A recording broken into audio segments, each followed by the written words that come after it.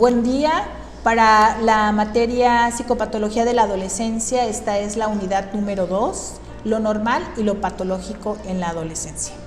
Y bueno, generalmente cuando hablamos de adolescentes, existen muchas expresiones, ¿verdad? Si nosotros le preguntamos a un padre de familia, si le preguntamos a un maestro, si le preguntamos a una autoridad, segura estoy que alguno hará como una mueca de híjole, los adolescentes, qué difícil, ¿sí? Entonces, lo que nos debe preocupar cuando hablamos de adolescencia es su salud integral, su desarrollo integral del adolescente, ¿sí? Para poder saber si el desarrollo de un adolescente es adecuado, está haciendo de manera normal, digámoslo así, debemos de realizar una buena historia clínica que evalúe su salud en su totalidad, no solamente un factor. ¿Por qué? Porque la adolescencia como tal, ¿verdad?, conlleva diferentes concepciones. Los teóricos no se ponen de acuerdo.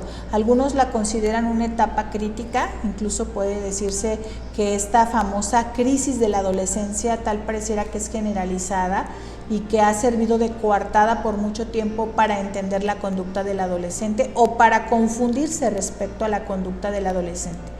¿Sí? A mí me gusta mucho la expresión que usa este señor Maurice Davis, que dice que la adolescencia presenta una crisis de originalidad.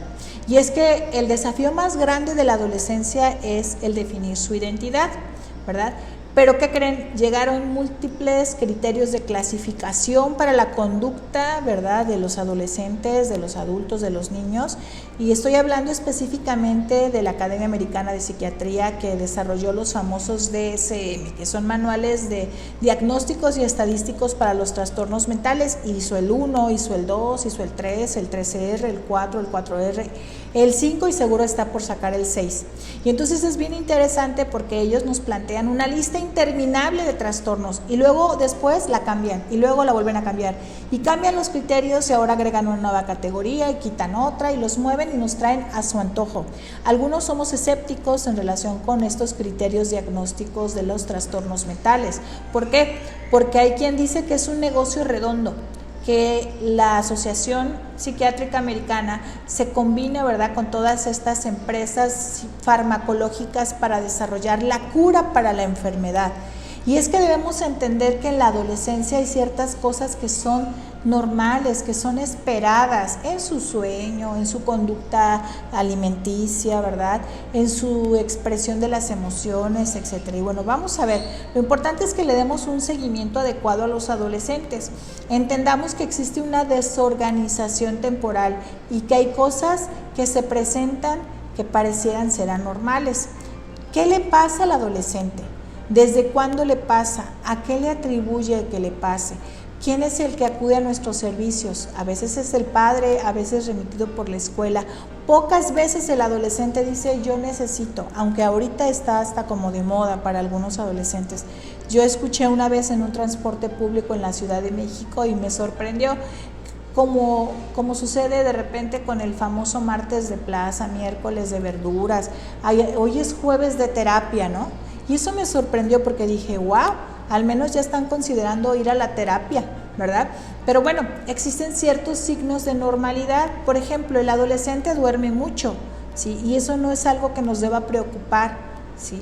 También se desvela y se traspasa mucho en su sueño. En cuanto a la alimentación, de repente come demasiado, se da sus atrancones y a veces está tan preocupado por su silueta. Eso no nos debe de preocupar, eso es, digamos, normal en la adolescencia, ¿sí? Los adolescentes se tropiezan, son torpes, se caen, porque todavía no terminan de integrar esa imagen corporal. En su sexualidad, pues quieren probar, quieren descubrir, quieren conocer. No es que sea un perverso, no es que sea muy calenturiento, como luego dicen las mamás. Sucede que el adolescente necesita explorar y descubrir. Y diría Freud, está en la etapa del desarrollo psicosexual genital, ¿verdad? Por su parte también tienden a intelectualizar las cosas, tienden a desafiar, tienden a crear su propio sistema de valores, incluso cuestionan la parte religiosa en sus casas, ¿sí? Ellos también deciden si hablan o no hablan y con quién habla, pero también es muy hipotético, es soñador, ¿sí? Muchos adolescentes a veces no se concentran en las tareas, son muy distraídos, ¿sí? Porque son muy afectivos y en su conducta muchas veces ellos pasan de la cólera al llanto, ¿sí? De ser muy efusivos a ser sumamente introvertidos y tímidos. Entonces sus cambios de humor son normales. Estos son signos de normalidad en la adolescencia. ¿Cuándo debemos de empezar a poner atención y seguramente a canalizar? Cuando notamos que hay un insomnio de corta duración, menos de 3 semanas, y que se asocia con algún otro síntoma, por ejemplo, con los terrores nocturnos o con el sonambulismo.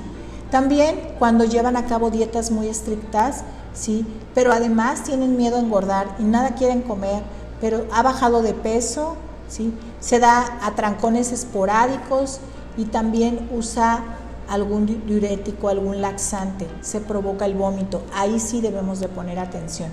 Cuando su vida se centra en masturbarse, por ejemplo, también es un signo importante que debemos tomar en cuenta. El adolescente se masturba, pero que deje de hacer otras cosas por masturbarse, entonces eso sí nos tiene que preocupar. Nos tiene que ocupar más que preocupar. También cuando se obsesiona en algo, ¿sí? Y deja de hacer otras cosas por el videojuego o por las llamadas o por estar en las redes sociales, ¿verdad? Cuando sus preocupaciones por la silueta lo incapacitan y no quiere comer nada, no quiere salir, se la quiere pasar encerrado. Cuando es demasiado tímido, ¿verdad? Y tiene miedo a relacionarse con el otro sexo. Cuando hay fugas, robos, gestos de violencia, conduce de manera peligrosa y esto se asocia al consumo de alcohol o de marihuana, ¿sí? Cuando tiende a mostrar reacciones depresivas o ansiosas moderadas frente a acontecimientos que son estresantes, no sé, tiembla, empieza a morderse las uñas, empieza a quitarse los pellejitos, ¿verdad? Cuando tiene problemas significativos de autoestima, ¿sí? Cuando los sentimientos que experimenta son de culpa, cuando tiende a estar todo el tiempo aburrido, cuando tiene dificultad para expresar sus afectos con palabras. Ahí requerimos poner atención. Pero hay otros signos, ¿verdad?, que son de alarma, que requieren de una atención especializada, y es cuando el insomnio se ha prolongado por más de 3 semanas, porque está asociado además con una narcolepsia o con una apnea de sueño. Cuando la dieta es muy restrictiva y tiene un problema, un desorden en el esquema corporal, miedo intenso a engordar, pérdida significativa de la masa corporal, atrancones recurrentes, conductas compensatorias como vómitos autoprovocados, uso de laxantes y diuréticos, pérdida de apetito, entonces debemos canalizar al adolescente. Cuando presenta tics motores crónicos, es decir, que duran más de 1 año, cuando existe una agitación o una inhibición psicomotriz grave y persistente, cuando intenta abusar sexualmente de un menor, cuando hay transexualismo, es deseo de vivir y ser aceptado como un miembro del sexo opuesto, aunque recordemos que los criterios han cambiado y hoy la homosexualidad y todas estas diferentes expresiones ya no son consideradas como un desorden, antes lo eran. Cuando está obsesionado y tiene compulsión reiterada que perturba su vida cotidiana, preocupaciones hipocondríacas graves y persistentes, con algún defecto imaginario que le provoca un malestar, disgregación o incoherencia del pensamiento, ¿sí? También fuga de ideas. Cuando tiene una fobia social grave, no quiere salir, le da miedo a las alturas, no quiere asomarse, tiene miedo es claustrofóbico, cuando tiene verborrea grave y persistente o no lo haces hablar, ese mutismo selectivo también es un indicador significativo, ¿verdad? Cuando también abusa del alcohol o las drogas, se autoagrede, el cutting famoso, ¿verdad? Ecolalia, neologismos, se distrae de manera grave y persistente, y tiene una tristeza o alegría patológica, o sea, se la pasa riendo todo el tiempo, se la pasa llorando todo el día, una angustia patológica que no lo deja dormir, que no lo deja caminar, que no lo deja contestar el teléfono, que no lo deja hablar, ¿verdad? O una indiferente frialdad persistente. Ahí es cuando nosotros debemos acudir a un especialista. Y es que la personalidad está relacionada con la psicopatología, ¿verdad? Debemos de conocer y comprender el carácter del adolescente, su temperamento, para poder determinar si existen señales que debemos de atender. La personalidad del adolescente incluye su temperamento y su carácter. Debemos conocer su temperamento, es colérico, es sanguíneo, es flemático, es melancólico, ¿verdad? Y saber que esta personalidad se ha consolidado, se ha construido, bueno, no se ha consolidado, se está desarrollando, se está construyendo. Y entonces a partir de eso determinar si existen rasgos que nos deben preocupar, ¿sí? Entonces buscamos, aquí tenemos factores que debemos de tomar en cuenta. El adolescente busca lo novedoso, evita el daño, tiene dependencia a la recompensa, es perseverante o contrariamente a eso, ¿verdad? Y vamos a determinar entonces si tiene tendencia a responder activamente ante estímulos nuevos, si tiene tendencia a inhibir los estímulos o tiene capacidad para resistirse. Debemos de considerar estas características de su temperamento para determinar su grado de normalidad o anormalidad. Su carácter y temperamento van a ser factores que nos van a permitir determinar hasta qué grado podemos hablar de anormalidad en la conducta del adolescente. Por sí mismo el adolescente quiere descubrir, tiene debilidades, tiene carencias, adolece de muchas cosas. Entonces no debemos de generalizar inmediatamente, darle una etiqueta de anormal.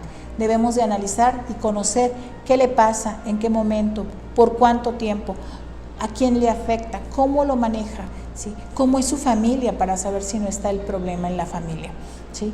Para psicopatología de la adolescencia esto fue la unidad de lo normal a lo patológico.